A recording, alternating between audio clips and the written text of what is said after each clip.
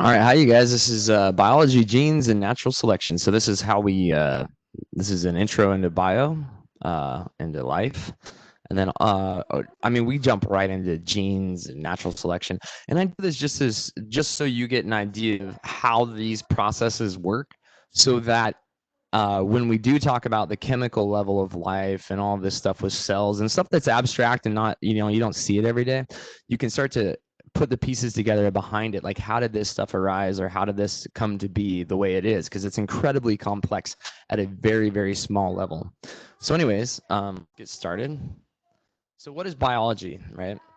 Biologia, biologia, biology is a study of life, right? And so what does that mean? It's anything that's living, anything that's self-replicating, right? And so what does that mean? That means that we could be talking about something as small as the chemistry of living things, like what sort of molecular interactions are happening that help to support life itself. It could also be like the microscopic processes of living things, like how energy is transferred from one thing to another, how cells are able to sustain themselves on the inside, and then also how they can communicate to other cells outside themselves. I mean, even you, who is a multicellular, very complex organism, your cells are constantly communicating in a very unconscious way with each other, right? Externally, right? If a cell needs more sugar, it's going to signal, hey, I need some insulin, bring some insulin over, let some glucose into my cell. If a cell needs a certain hormone, it might send out a chemical message that says it needs a hormone.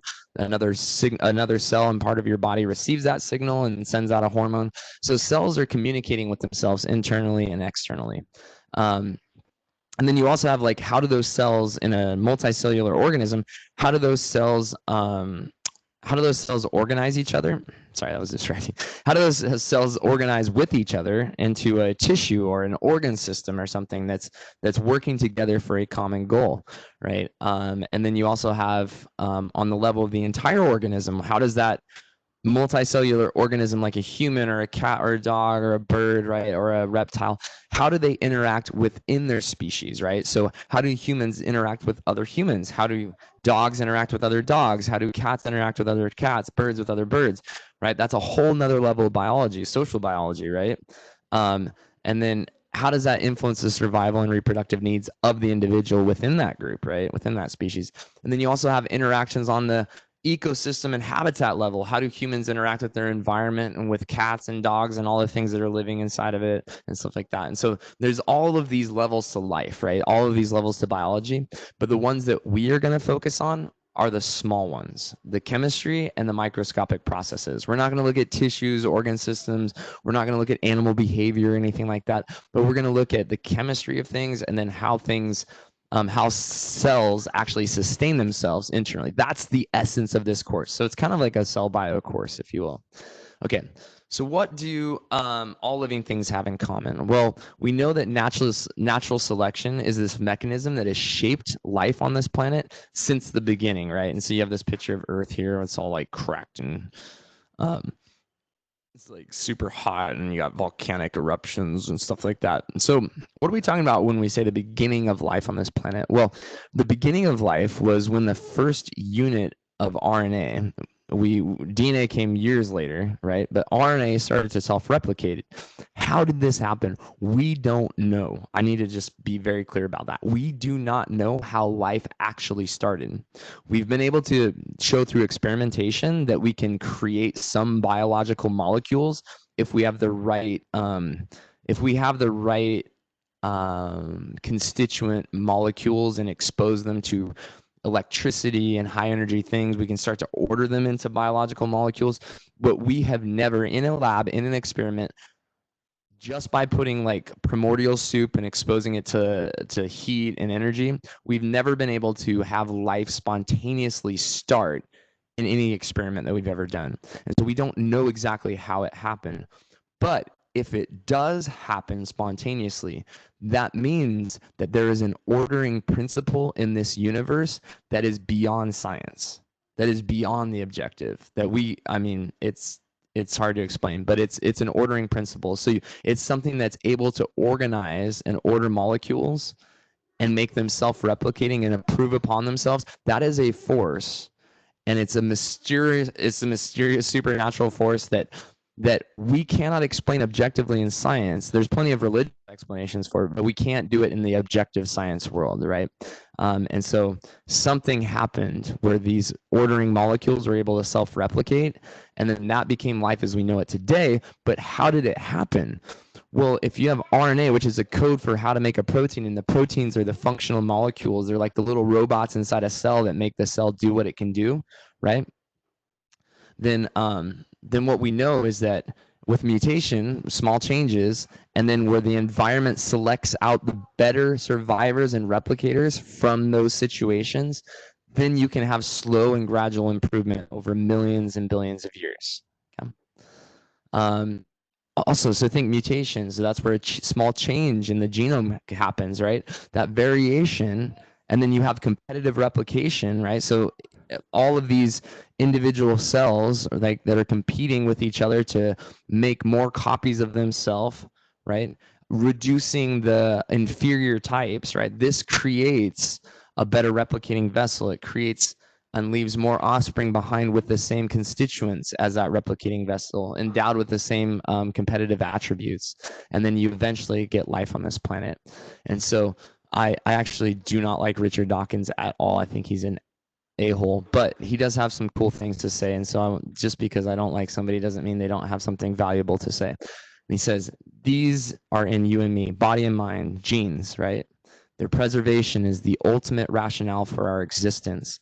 They've come a long ways, those little gene replicators, right?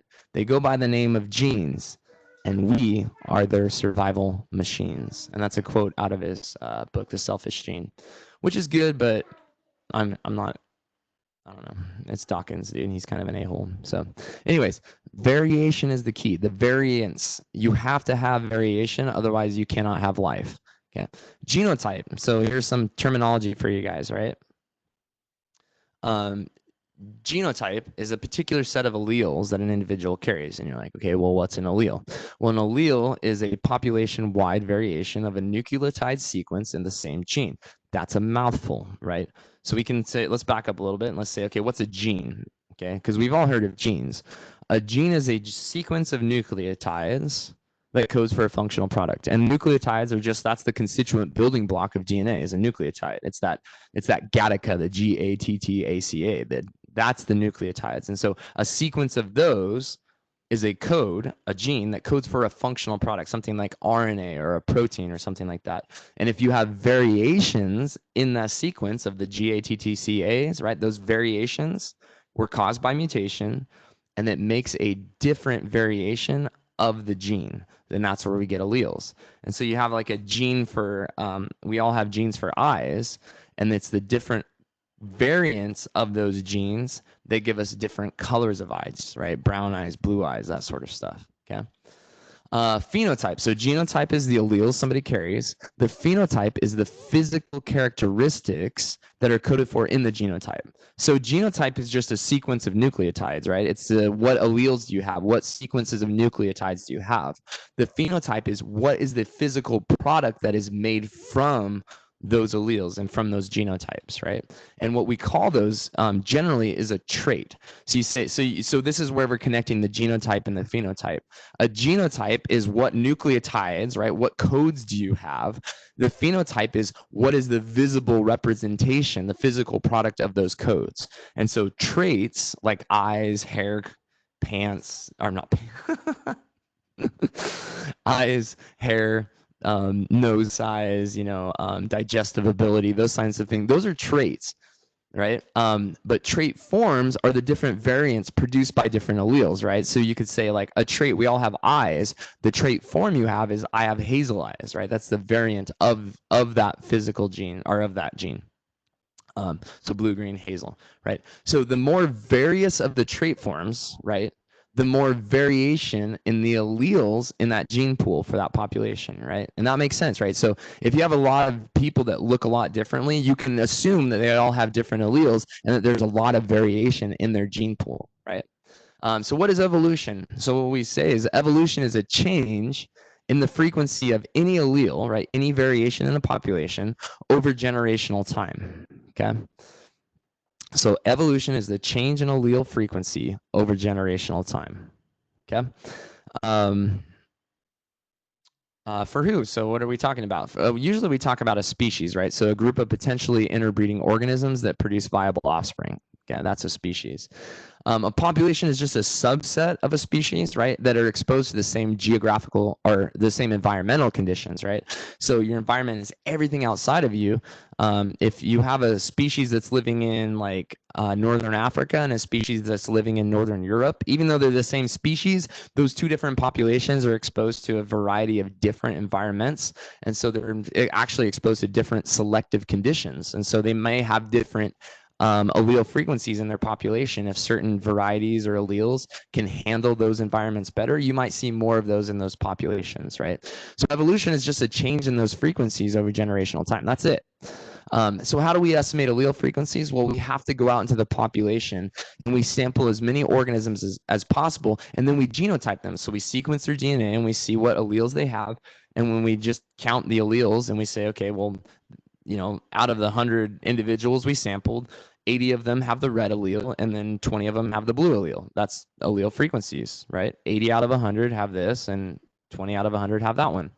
And so how do the allele frequencies change over generational time? Well, natural selection, the environment selects and chooses the best replicators, right, and the best survivors. So which ones are the best at reproducing, and which ones are the best at surviving in their environment? The environment selects, and it selects from the phenotype.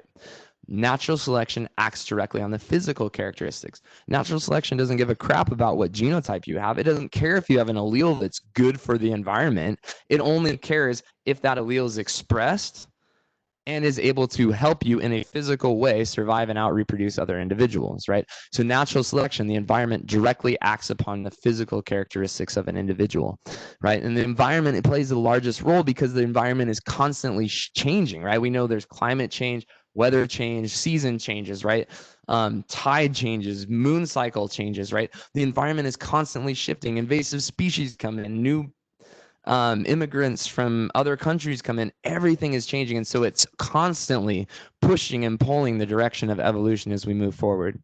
Then there's also genetic drift. So genetic drift is a change in allele frequencies, right? So there's two ways. You got natural selection will change allele frequencies, and genetic drift will as well. And genetic drift is that sometimes mutation happens, right? Sometimes a mutation comes up and switches an allele from one form to another, right? It's this accumulation of random change. Sometimes, like in cave fish in Mexico, they've lost the ability to see. Their ancestors had eyes, fully functional eyes, but as they moved into a dark environment, the environment no longer required functional eyes to survive. And so random mutations showed up and they eventually lost their ability to see. That wasn't selection for no eyes. It was just genetic drift was like slowly accumulated in their genome and wasn't allowing them to be able to see after a long time. So anyways, so there's some components for natural selection that we have to talk about, right? Let's see. So natural selection can only work if three things are met, right? That the trait form it produces. So this is, remember, we're talking about alleles, right? So in order for an allele to increase in frequencies, the trait form, right? So the physical product of that allele has to vary. It has to be, like meaning it has to be different from other individuals of the same species, conspecific, same species, right? Trait forms. So if everyone has brown eyes, natural selection cannot work on the allele for eye color because everyone's the same.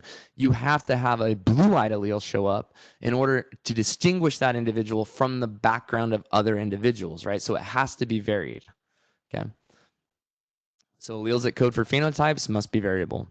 The trait form, right, the eye color it produces has to be heritable, right? So if somebody dyes their hair purple and somebody else finds that attractive and wants to have purple-haired babies with them, I'm sorry, it doesn't work because it's not heritable, right? It has to be inheritable. It has to be heritable from individual to offspring, right? And so if you have all brown-eyed people, a blue-eyed allele shows up, right?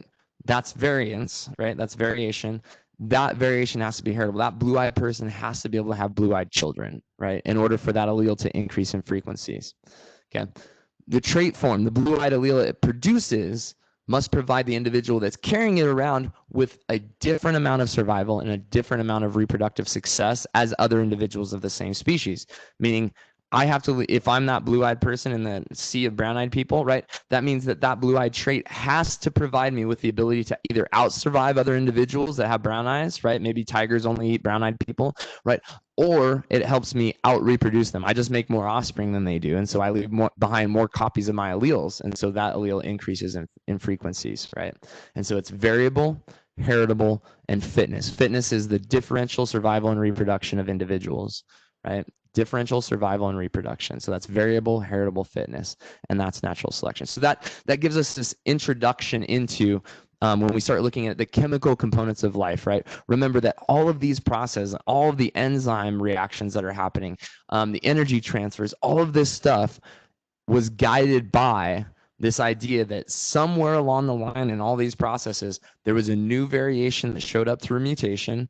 It was better at what it was doing than the other individuals or variants in its area, in its population. And it was heritable, so it was able to be passed from individual to individual, from parent to offspring, right? And then it also bestowed upon that individual the ability to out-survive and out-reproduce other individuals that did not have that variation. And over thousands and millions and billions of years, this is what we have. So when we start again, we'll start with chemistry. I'll see you guys later.